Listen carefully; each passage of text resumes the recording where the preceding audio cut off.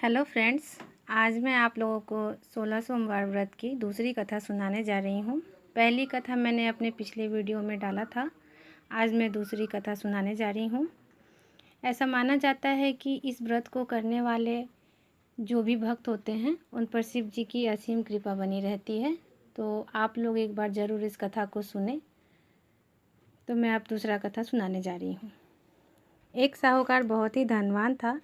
उसको धन आदि में किसी प्रकार की कोई कमी नहीं थी, परंतु पुत्र न होने के कारण वह अत्यंत दुखी था।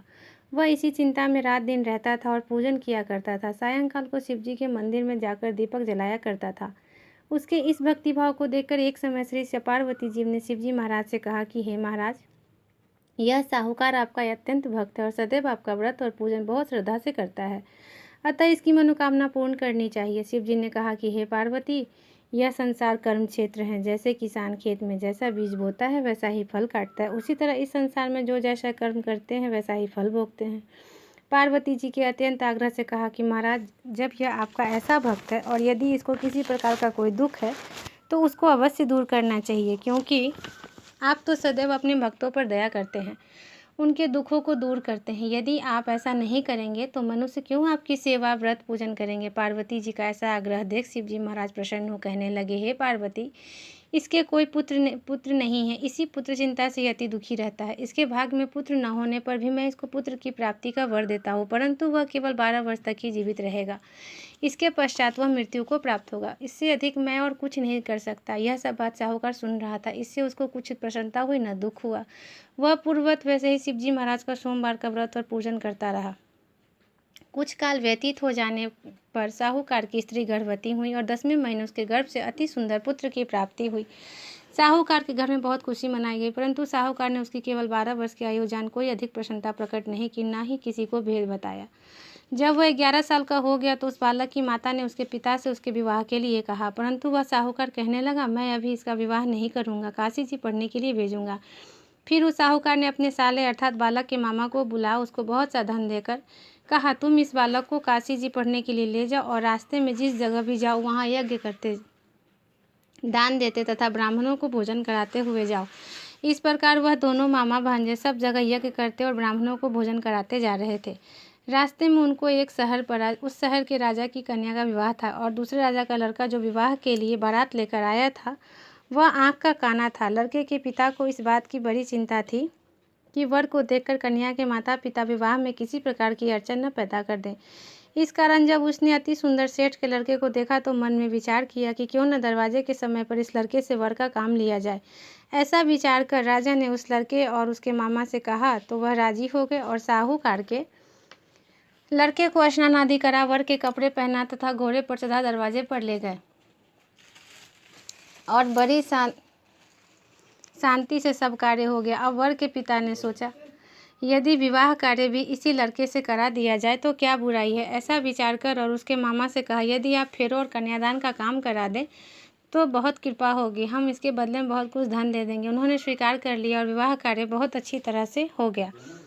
परंतु जिस समय लड़का जाने लगा तो राजकुमारी की चुंदरी के पल्ले पर लिख दिया कि तेरा विवाह तो मेरे साथ हुआ है, परंतु जिस राजकुमार के साथ तुमको भेजेंगे वह एक आँख का काना है और मैं तो काशी जी पढ़ने जा रहा हूँ। उस राजकुमारी ने जब अपनी चुंदरी पर ऐसा लिखा पाया तो उसने राजकुमार के साथ जाने से इनकार कर दिया और कहा कि यह मेरा पति नहीं है, मेरा विवाह इसके साथ नहीं हुआ, वह तो काशी जी पढ़ने गया है। कुमारी के माता पिता ने अपनी कन्या को विदा नहीं किया और बारात वापस चली गई। उधर सेठ का लड़का और उसका मामा काशी पहुंच गए, जहाँ जाकर उन्होंने यज्ञ करना, लड़के ने पढ़ना शुरू कर दिया। जब लड़के की आयु 12 साल की हो गई तब एक दिन उन्होंने यज्ञ रचा रखा था। उस लड़के के अपने मामा से कहा, मामा जी आज मेरी तबीयत कुछ ठीक नहीं है। मामा ने कहा कि अंदर जाकर सो जाओ। लड़का अंदर जाकर सो गया। थोड़ी देर में उसके प्राण निकल गए। जब मामा ने आकर देखा तो वह मुर्दा पड़ा है और उसको बड़ा दुख हुआ। उसने सोचा कि मैं अभी रोना पीटना मचा दूंगा तो यज्ञ का कार्य अधूरा रह जाएगा, अतः उसने जल्दी से यज्ञ का कार्य पूरा कर समाप्त कर ब्राह्मणों के घर जाने के पश्चात रोना पीटना आरंभ कर दिया। संयोग बस उसी समय शिव जी महाराज और पार्वती जी उधर से जा रहे थे।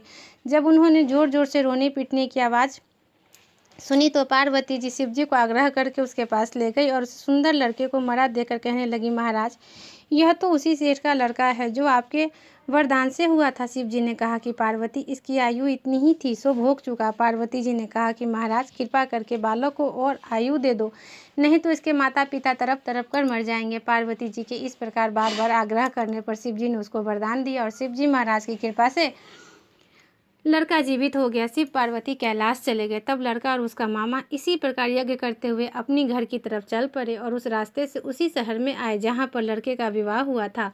वहाँ आकर जब उन्होंने यज्ञ आरंभ कर दिया तो उस लड़के के ससुर ने उसको पहचान लिया और अपने महल में लाकर उसकी बड़ी खातिर की। साथ ही बहुत सारा धन और दासियों सहित बड़े आदर और सत्कार के साथ अपनी लड़की और जमाई को विदा किया। जब वह अपने शहर के निकट आए तो उसके मामा ने कहा कि पहले मैं तुम्हारे घर जाकर खबर कराता हूँ। उस समय उसके माता पिता घर की छत पर बैठे हुए थे और उन्होंने यह प्रण कर रखा था कि यदि हमारा पुत्र सकुशल घर आया तो राजी खुशी नीचे आ जाएंगे, नहीं तो छत से गिरकर अपने प्राण दे देंगे।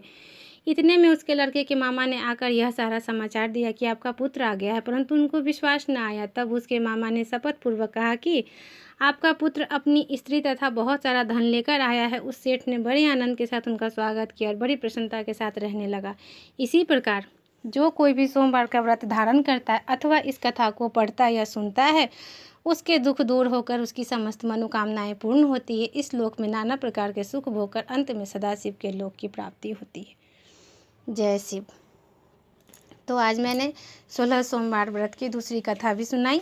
आप लोग ज़रूर सुने इस कथा को और विश्वास करें, शिव जी हमारा कल्याण करेंगे। अब मैं आपको इस व्रत की आरती सुनाती हूँ। शीश गंग अर्धंग पार्वती सदा विराजत कैलासी, नंदी भृंगी नृत्य करत हैं गुण भक्तन शिव की दासी। शीतल मंद सुगंध पवन बह जहाँ बैठे हैं शिव अविनाशी, करत गान गंधर्व सप्त सुर राग रागिनी अति गासी। यक्ष रक्ष भैरव जह ढोलत बोलत हैं बन के बासी, कोयल शब्द सुनावत सुंदर भ्रमण करत हैं गुंजासी।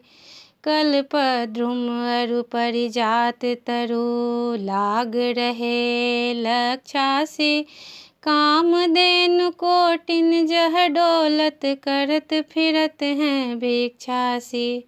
सूर्यकांत संपर्वत शोभित चंद्रकांत भव के बासी, छहोरी तुनित फलत रहत हैं पुष्प चढ़त हैं वर्षासी। देव मुनि जन की भीड़ परत हैं निगम रहत सो नित गासी।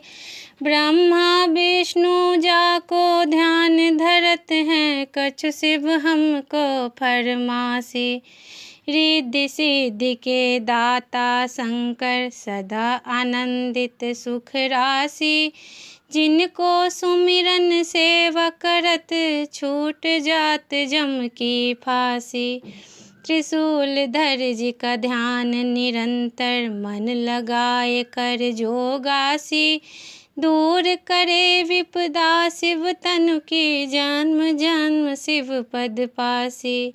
कैलासी काशी के वासी अविनाशी मेरी सूध लियो, सेवक जान सदा चरणन को अपनो जान दरस दीजो।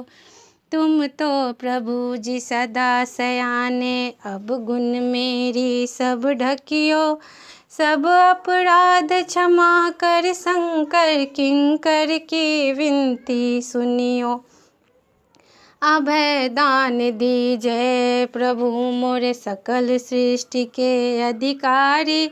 भोलेनाथ बाबा भक्त निरंजन भव भंजन भय भव सुखकारी।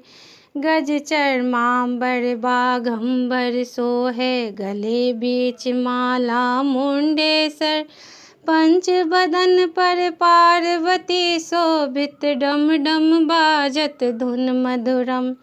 काल करो कष्ट हरो दुख हरो दरिद्र हरो, नमामि शंकर भवानी भोले। डम डम बाजत हरि शरणम, डम डम बाजत हरि शरणम।